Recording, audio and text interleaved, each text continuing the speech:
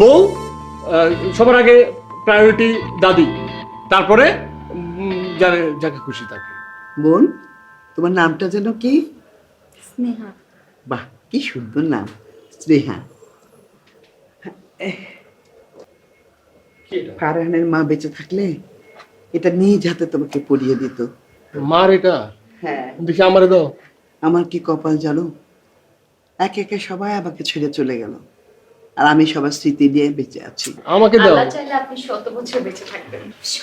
এটা থাক, আমার কাছে রাখি।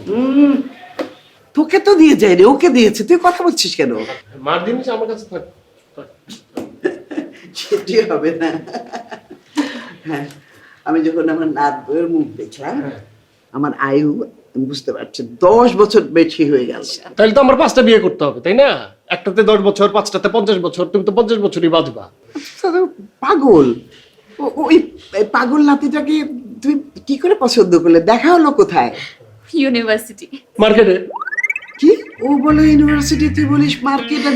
তোমার কি মনে হয় আজ আমরা মিথ্যে মিথ্যে অভিনয় করতেছি, বিয়ে করি নাই? তোমার সামনে এসে এটা ধরা খাবো আমরা? এরকম আমি ধরা খাওয়ার বান্দা না, ঠিক আছে?